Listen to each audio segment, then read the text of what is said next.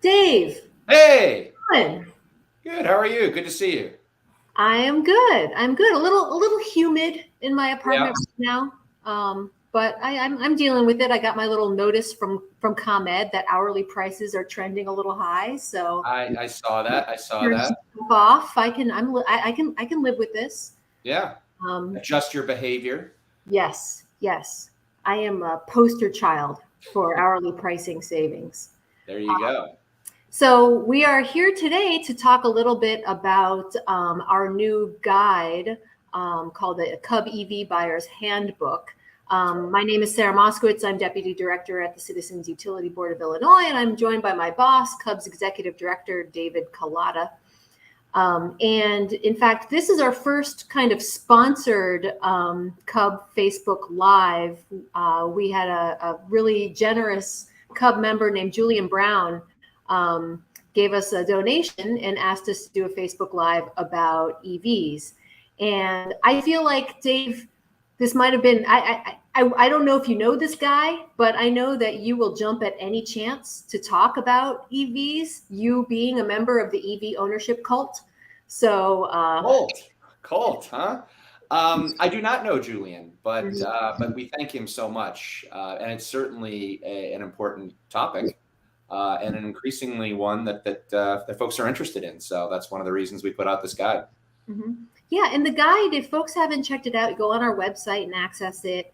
It is kind of a pleasure to read, I've got to say, and I mean that I mean that sincerely. It is just a really understandable soup to nuts what you need to know if you're thinking about purchasing an EV. Everything from how charging work, what the different chargers are, about how much all this stuff costs. It's really like a great starting point for Illinois consumers, especially because there are some great Illinois specific policies now, thanks to the Climate and Equitable Jobs Act and other things that make EV purchasing particularly attractive right now in our state. Yeah, that's absolutely right. We tried to. There isn't a hard sell in the book. We're just trying to provide basic information, what you need to know when you're considering purchasing an electric vehicle. And as you referenced, there are a lot of great incentives. I mean, for a while now, there are federal tax incentives for I think all the EV companies, with the exception of Tesla and GM, that have had too many sales, and so the amount of tax credits expired for them, although they may be re-upped soon. So there are these federal tax credits, but just starting in July and through the end of September, if you purchase a new EV and you're an Illinois resident and you stay in the state for a year at least, you can get a $4,000 rebate on your electric vehicle purchase. So that's certainly a great opportunity. And we're seeing so much more interest in electric vehicles. I mean, I guess I am part of the cult, but when you drive an electric vehicle, they're just it's really an amazing experience. They just simply are. It's a better driving experience, and obviously with gas prices now being so high, I've told this story before, but electricity prices have gone up a little bit. So now the most I've ever paid to fill my tank with electricity, if you will, has gone up a little bit. Before, I had never paid more than $5 to fill up the tank. Now it's $6. And put that in comparison to what people now are paying to fill the tank of their old school vehicles. I have friends who don't have SUVs. They're paying $60, $70 at a shot. So there's a really good opportunity here to take advantage of the electric vehicle revolution. And we want to provide people with the basic information so they can make intelligent choices. Mm-hmm. Yeah, so the release of our handbook does coincide with the opening of the application period for the EV purchasing rebate that's being administered by the Illinois EPA. So you can go to our website, or you can just do a quick Google search for Illinois EPA EV rebate, and you can access all of the paperwork for that. I think they have up not quite like $18 million Yeah. right now to put towards this program, which translates to more than $4,000 rebates. So we'll see how long this lasts. I think there's also a $1,500 rebate for electric motorcycles.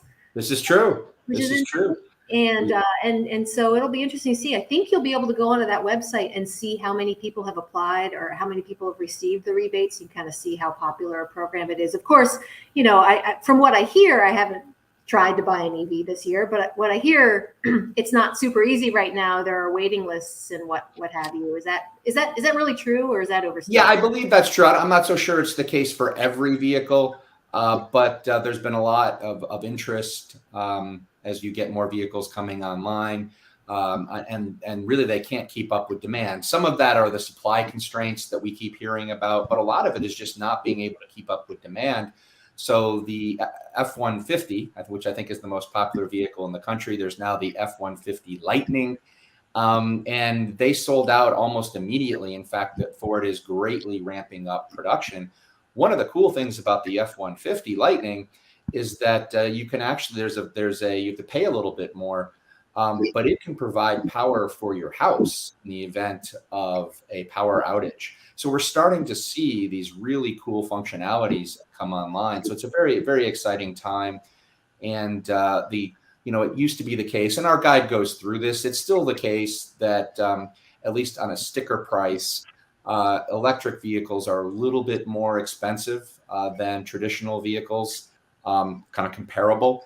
But the operating costs of electric vehicles are so much less. There really is an opportunity to save. And then, of course, there are these rebates and tax incentives we mentioned. And one of the things about the rebate that's pretty cool is it also applies to used EVs. And so a lot of people traditionally have leased their electric vehicles because, of course, the technology is improving so fast. People are like, well, maybe EVs will be better in a few years, and they usually are. But as those leases come off, they end up being used cars, of course, and you can get some amazing deals out there to have $4,000 rebate available on top of that. That's just a great opportunity. And one of the things we also like about this rebate is there's a preference, for low and moderate income consumers that EPA is going to follow. And so we would encourage everyone to look into this. The average costs of operating costs of an electric vehicle are just really, really low. The driving experience is great. And of course, it's better for the environment. And, we've talked about this before, Sarah, but if we get the right policies in place, and actually our utilities have just filed or are filing beneficial electrification plans at the Illinois Commerce Commission.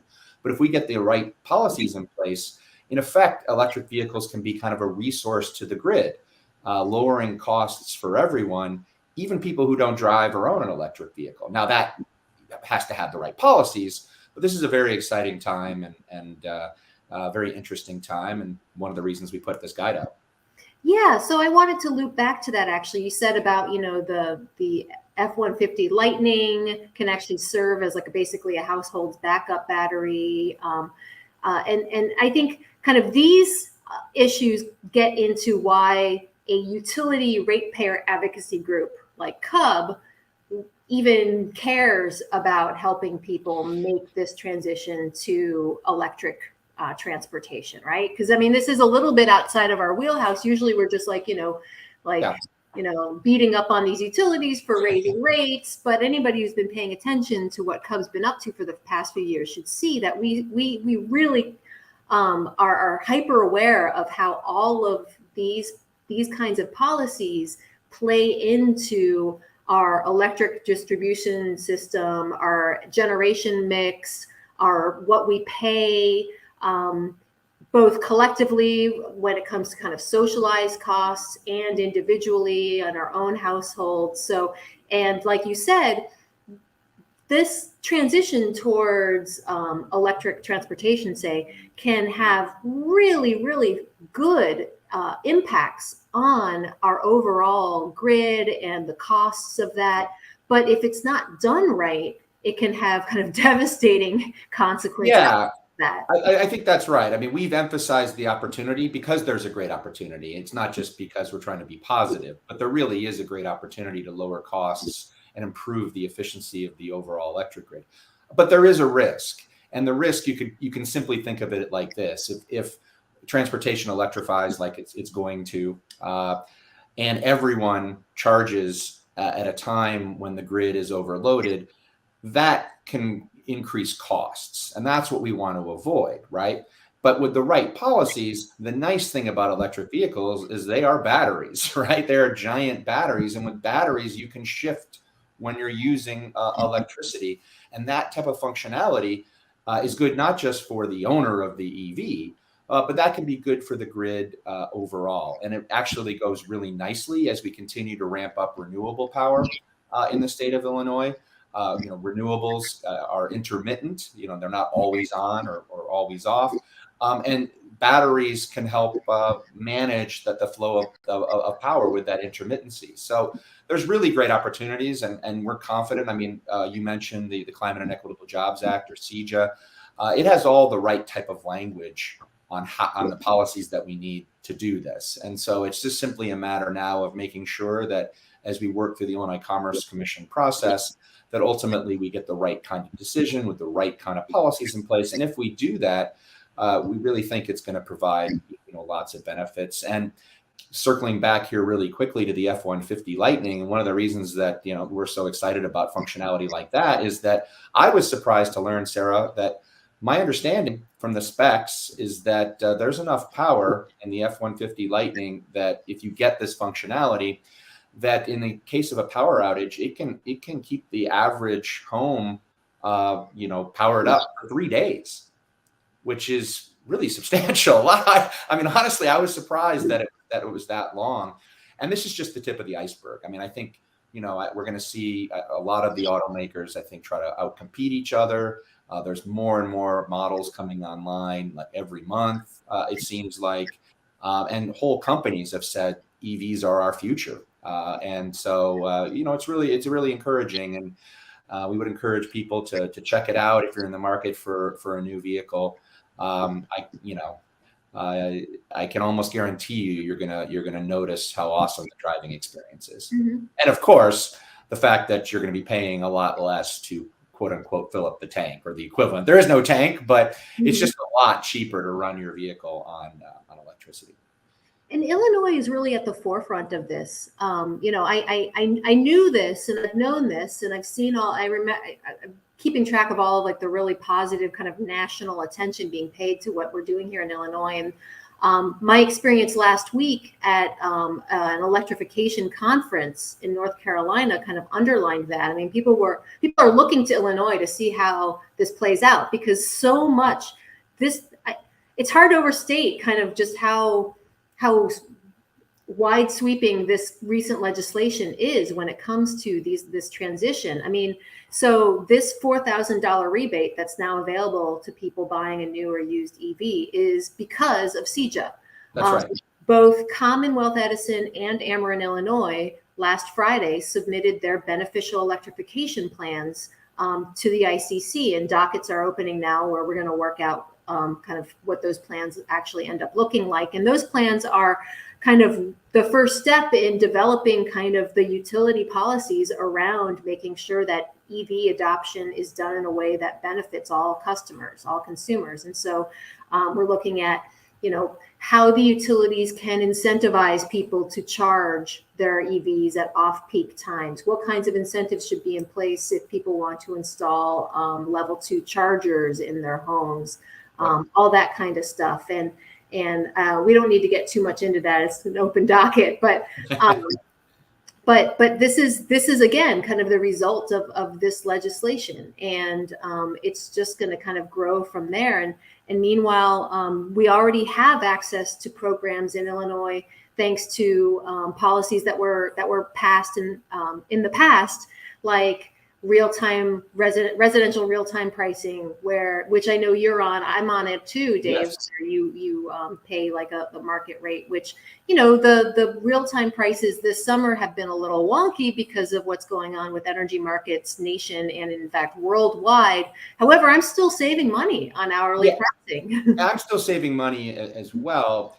And hourly pricing, I mean, I think for folks who do have an electric vehicle or when you get one, hourly pricing is it really is almost a no-brainer for an electric vehicle owner, because even when prices get wonky, as you said, there are still hours of the day when they're pretty cheap, or especially in comparison.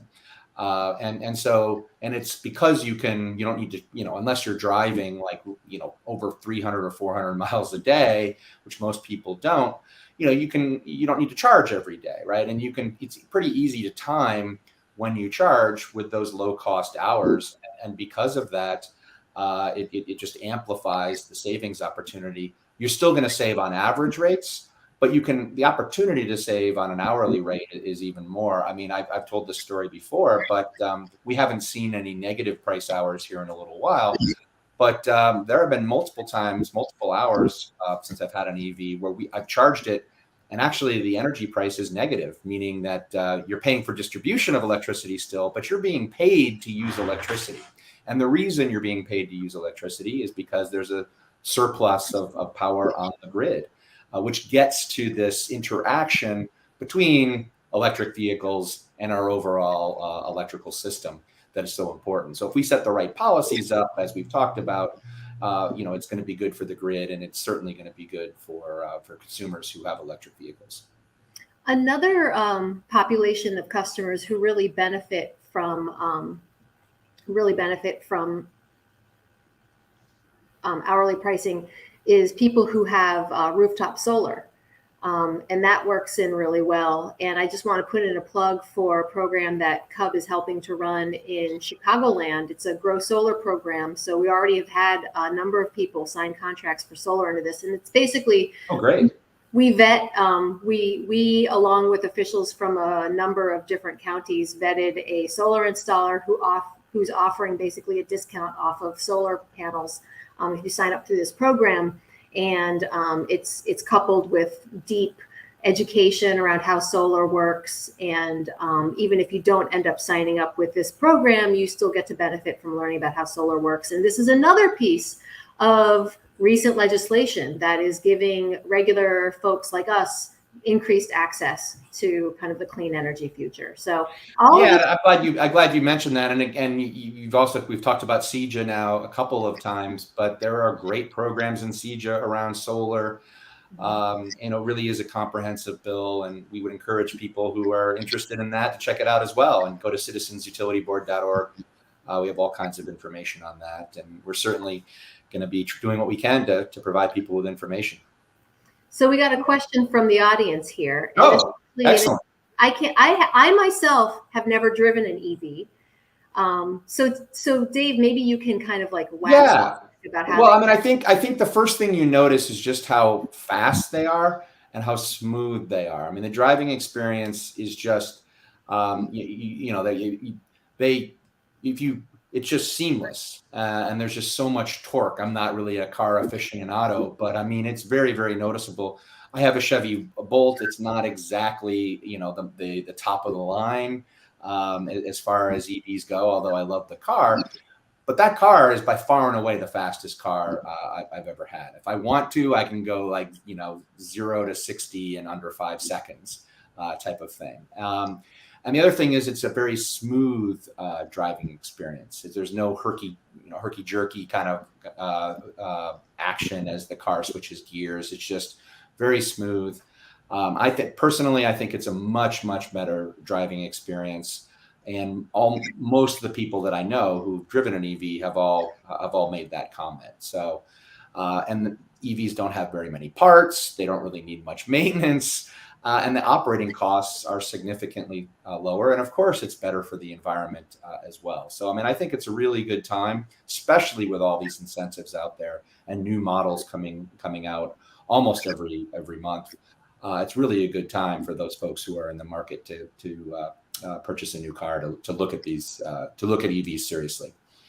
So something I'm curious about, I remember reading about how kind of the silence of these cars can actually be dangerous. And so I've heard that there were regulations in the works, or maybe they've passed already, that require them to kind of pipe out a soft car sound. You know, does your car make like an artificial car sound for safety or something? The car makes a little bit of noise, and my understanding is that's intentional, because you could make it such that it barely makes any noise whatsoever.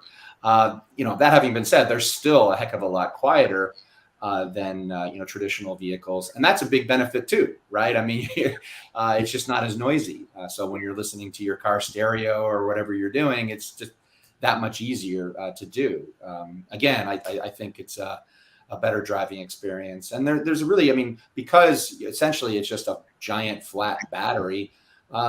There's all kinds of cool designs that are now in concept phase, but it opens up. There's a lot of freedom for car designers to see what they can do. So we're also expecting a lot of really interesting looking cars as well that will be rolling out soon. So again, that's one of the reasons that we put the guidebook out, just to provide the basic facts. It's not a hard sell, but we don't really think there's a need for a hard sell because, I mean, I do think that over time, transportation will electrify. The experience is better. It's cheaper and better for the environment. So.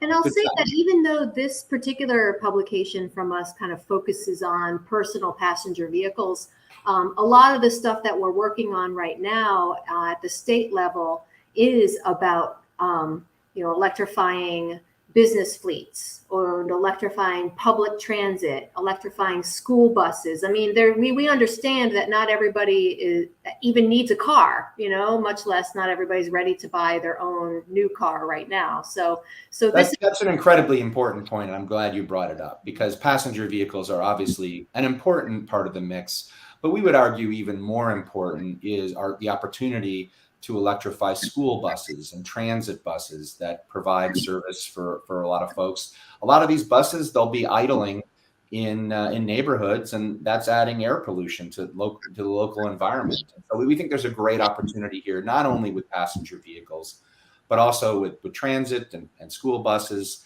and fleets, as you said. So this is not just passenger vehicles; it's the whole kind of suite of transportation. Transportation policies out there and opportunities that we need to look at seriously. And that's one of the reasons these beneficial electrification plans are so important. Yeah, for folks interested in that, again, go to CUB's website. The Illinois Commerce Commission itself, which is a state regulatory body that kind of oversees utility programs and policies, has a landing page on their website full of information and recordings of all of their workshops about the stuff you really want to nerd out. This handbook is a great place to start if you're just a regular, like a Illinoisan looking for information if you're getting ready to think about buying a new car, whether it should be an EV or not. This is a really good place to start. But also we have other publications about the electric transportation transformation. Our ABCs of EVs series is also available on our website. And if you're interested in drilling down into some of the kind of bigger policy questions that we are tackling right now in the state of Illinois, I encourage people to look at those. Some of them are a few years old, but I think the concepts are still very fresh and are still relevant right now to what's happening in Illinois. Our handbook talks about the EV rebate that has just opened up. There is going to be a charger rebate for residences and businesses administered through the Illinois EPA. Details about that haven't been released yet. We're keeping an eye on what that looks like, but that will basically be some form of state rebate if you want to install a charger on your property, which can itself be an expense, not just for the charger itself, but if any kind of rewiring needs to happen. You have your own charger, right? Yes, I do have a level 2 charger, what's known as a level 2, and basically uses the amount of electricity that a washer and dryer does. And as a general rule, it adds about 25 to 30 miles an hour. You can think of it. So you can charge the car fully, overnight, which is nice. One of the things I do want to mention is that there has been concern in the past, and I think there's still some concern out there about range anxiety. Can we find public charging or fast chargers? And the answer to that is yes. And there's a lot more coming online over the next year to 2-3 years. the bipartisan infrastructure bill that passed had significant funding, in fact, to greatly increase the number of fast chargers out there. And so, you really don't need to worry that you're not going to be able to find a place to charge, at the end of the day. Even though we still need to do more on that front, that's an area where literally every month there are more options available, and that's only going to increase over the next few years. Mm-hmm. Another thing I wanted to mention that I remembered this after I saw it in the EV handbook. I was reading through the handbook again this morning before I was like, oh, I got to study up before. Yeah. What did we say? and I forgot about this, but this was a big deal. So the state of Illinois does charge $100 fee to EV owners. And that's in part to kind of recoup the revenues that they would lose by you not buying gas. Yes. And the road fund is as traditionally funded by gas taxes. Mm-hmm. And of course, if you are using an electric vehicle, you're not using any gas. And so the General Assembly a few years ago, people could quibble about the amount, but I think the concept is certainly fair. If you're using a road, you should pay for it. And so I believe it's 100 and something. I can't remember, even though I pay it. And it was set as sort of the average amount that people pay per year in gas tax. And so that is a dedicated funding stream to the road fund so that we can maintain our roads as transportation electrifies. Yeah, I remember when it was first introduced, it was significantly higher than that, and there was quite a brouhaha, and it was yeah. I think most people recognize that the concept is fair, but you don't want to punish electric vehicles, especially since they provide lots of other benefits. The biggest one being, of course, the environmental benefit, and that's very important for public health and everything that goes with that.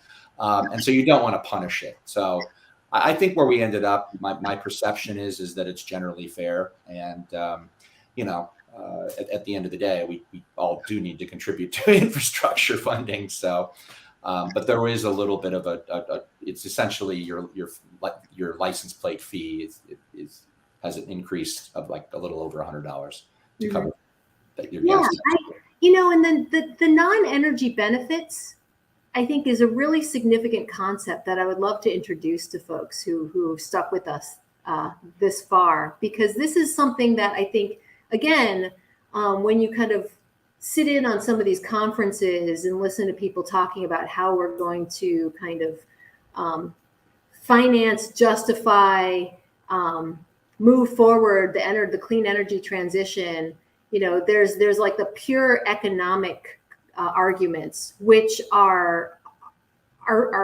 valid and strong. For both building electrification, depending on the situation with electric or versus gas heat in your particular jurisdiction, for EVs, of course, with gas prices what they are. But, maybe this is because this is all very new. We tend to, and I think I'm guilty of this because CUB isn't an environmental group. We're a ratepayer advocacy group. So I'm always so focused on the money, I can kind of overlook how quiet it is, air quality, all of this other stuff. And so kind of thinking about kind of what the other benefits are beyond just that pure economic benefit, because they're real benefits, even if it isn't. It's obviously important to consider the economic benefits and to consider the costs and benefits to the grid. And like we've said, if you have the right policies in place, electric vehicles are going to be beneficial for the grid overall. But the point you make is a very important one. I mean, public health benefits are real. And one of the things that's emerged over the last decade or so, I think everyone kind of intuitively knew that air pollution is bad. But there's now been a whole bunch of public health and social science looking at this question. And honestly, air pollution is a lot worse than I would have thought. And they've been able to quantify lots of harmful effects on everything from learning to crime to a whole bunch of areas. Air pollution is just really bad, and that imposes real costs on society, and we do need to factor those in. It's not an either or. It's one of those things that can be an end, but I do think it's important. And as air quality improves, a lot of other costs go down. And I think that that's why this concept of beneficial electrification, I think, is a very important concept, and one certainly that we'll be working on. And there are all these proceedings going on at the Illinois Commerce Commission, and there's going to be more. It's important to get those right, but we're confident that we will get them right. And if we do, I think we're going to be in better shape over the next few years and decades. Yeah, and we're poised. We're poised here in little old Illinois. Little old Illinois, we are. It's no joke. We are a national leader. I mean, there's a few other states as well that's doing good work, but we're really well poised in this clean energy revolution to be a leader, especially in affordable, clean energy. And it's an exciting time, and certainly something that I think it's not just CUB. There's a lot of groups who've been involved in advocating for policies through the years. But we're in such better shape than we were, say, 30 years ago. It doesn't mean that things are perfect. We still have a lot of work to do, but we're really well positioned as a national leader here on clean energy. And clean energy, let's be honest, really is the future. You look at, let's just talk about the electrification of transportation issue we're talking about. You've got Ford, you've got GM, you've got Volkswagen, you've got a whole bunch of companies saying, look, EVs are our future. That's where we're going, because they see the trends and they see the writing on the wall and the opportunities for them. So it's really a very exciting time. And of course, we got Rivian here in the state of Illinois doing great things. And they just opened up their showroom in the city of Chicago, not too far from where I live, actually. So it's cool. Yeah. Well, we're at 12:32 already somehow. Wow. Thanks, Dave, for taking this time, and thank you to Julian for. Thanks, Julian. Really, Julian, we so much appreciate it. And hey, anyone else out there wants to sponsor a Facebook Live for us? We'll do it. We'll do it. Yeah, just remember, folks, this is your chance to pin down Kalata on how he really thinks about some of this stuff. Yeah. Wait a minute. That sounds ominous. So thanks, everybody, and thank you. Everyone has a safe and healthy rest of the week.